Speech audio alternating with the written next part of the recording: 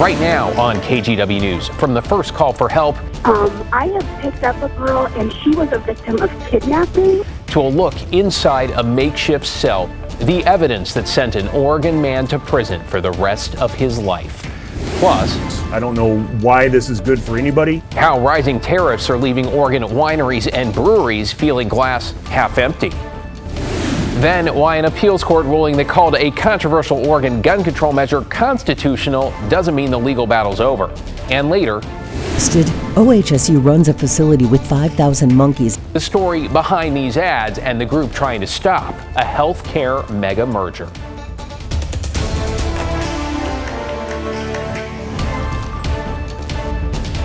Thanks for joining us. I'm David Malko. Let's get you caught up first at 11 on the escalating trade war, because after President Trump implemented a 25% tariff on aluminum and steel imports, major partners have already hit back. Canada, for one, saying it's imposing retaliatory duties on more than $20 billion worth of U.S. goods. The European Union also raising tariffs on American products, including beef, poultry, and bourbon. The tariff battle with Ottawa, by the way, pitting the U.S. against its biggest trading partner with Canada, our largest foreign supplier of steel and aluminum. Meanwhile, those tariffs and the responses are having an immediate impact on Oregon's beer and wine industry. Catherine Cook met 3 business owners looking at a lot of uncertainty. I throw up my hands and go, why? Across Oregon's wine, beer, and cider industries, This could not have come at a worse time. there's anguish and a sense of resignation over the new 25% tariff on imported steel and aluminum. This is not a necessary component of doing business. Aaron Sarnoff-Wood is co-founder of Two Towns Cider in Corvallis. That could be hundreds of thousands of dollars for my business in a year. He says that's the additional cost they're facing for aluminum cans they get from Canada. Because of prepaid material contracts, he says they have a small buffer, but if tariffs hold, they'll feel that cost increase in about 90 days. It's really, upsetting and frankly challenging as a business owner. We thrive on stability, and the chaos makes it impossible for us to plan. Oregon wineries are also hurting. In retaliation to Trump's tariffs, Canada has banned U.S. alcohol from its stores. In 2023, Oregon exported 160,000 cases of wine outside the U.S., with 73,000 of them going to Canada. Just watching it play out in real time, and it's not pretty. All that business we've worked for is basically President lit a match to it. So, Alex Sokolblosser is president of Sokolblosser Winery in Dayton. He says it took them years to broker their Canadian business deals, which are now on hold until further notice. On top of that, he says wine sales are down 5 to 10% in the U.S. And as difficult as all of that is, Sokolblosser says he gets why Canada is responding to Trump this way. the thing is, it's above the tariffs now. He's actually talking about making Canada the 51st state. We all have pride.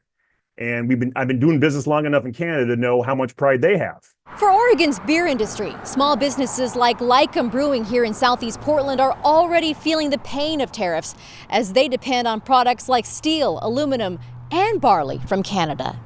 It's a whole domino effect that's going to take out small businesses like ours. Owner Sonia Marie Lycum says unlike bigger businesses with contracts, they work directly with suppliers, meaning they see price increases right away. And she's worried about what all of this means for the future, even if the tariffs end. They're not going to bring them back down. Profit is going to be what is going to continue to drive them. And if they see that people are going to purchase it for 25% more, then they're going to price it higher. Business owners say ultimately they'll have to rely on consumers to cover some of their increased costs.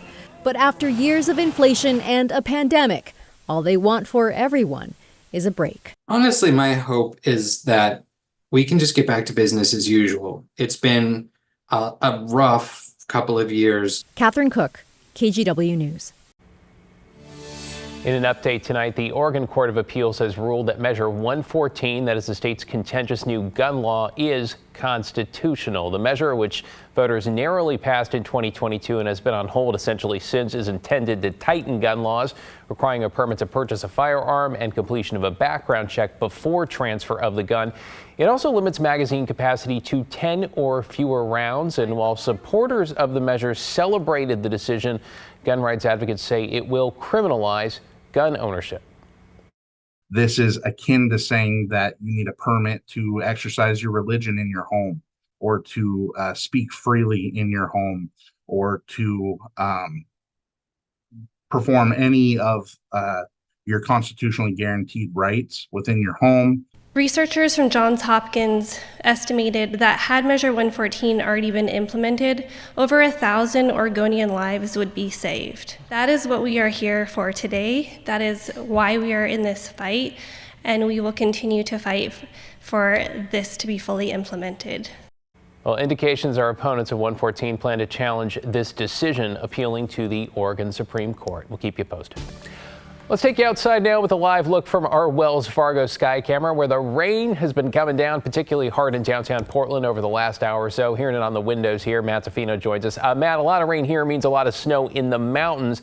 How much are we talking about? It certainly does, David. We'll be measuring it in feet over the next several days. Look at Timberline right now. It's just dumping up there, and already just today there's been 6 inches of new snow.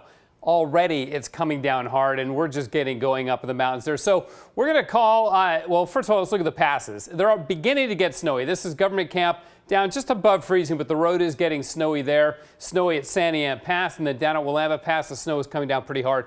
That'll be snow covered too. So all the passes are going to be snow covered, and not just snow covered. And for that reason, we're going to call Friday and Saturday a weather impact alert just up in the Cascades for the heavy snow. We're going to get heavy snow overnight, a little bit of a lull, backs off a little bit during the day Thursday, but then it resumes. The heavy snow does Friday and Friday night. The heaviest snow likely Saturday and Saturday night. You can see there's a lot of heavy snow here, right? As I said, we'll be measuring it in feet. So again, the weather impact alert Friday and Saturday. The roads will be very snowy. This is the kind of snowfall coming down maybe as hard as 2 inches an hour, where the plows can have a hard time keeping up. So the roads really do get very, very snowy. So if you're traveling up and over the Cascades, make sure you have chains or at least traction devices and emergency supplies in your car just in case. We'll talk about the amounts a little bit later. David, back to you. Giving folks a heads up. Appreciate it, Matt. For the first time, we're seeing video from inside a cinder block cell where a Klamath Falls man held a woman captive. I'm warning, some of the details here are disturbing. Investigative reporter Kyla Boshi has a new look at the evidence in the case of a kidnapper now serving life in prison. Video taken by an FBI agent shows the crime scene, a home in Klamath Falls sealed with evidence tape. It was here, prosecutors claim, Nagasi Zuberi hatched a plan to kidnap and sexually assault 2 women in 2023. Inside, federal agents found a cinder block cell that Zuberi built in his garage. Investigators say the makeshift cell was used to hold one woman captive. The videos and photos were court exhibits made public after a judge sentenced the 31-year-old to life in prison. During trial, prosecutors explained that Zuberi picked up one of his victims from this area, Seattle's Aurora Avenue. He then drove her 450 miles to his home in Southern Oregon, stopping along the way to sexually assault her. The woman was able to escape the cinder block cell while Zuberi was away by banging on the door until it broke open. She flagged down a passing driver who made this call to 911. 911. Hi, my name is Melissa Gary. I am at the Klamath Falls KFC. I have picked up a girl, and she was a victim of kidnapping. She stopped in front of my car. I let her in, and we just drove to KFC. Okay. So I think I need an officer to come help her, please. Dashcam video shows police responding to a parking lot after officers located Zuberi in Reno, Nevada.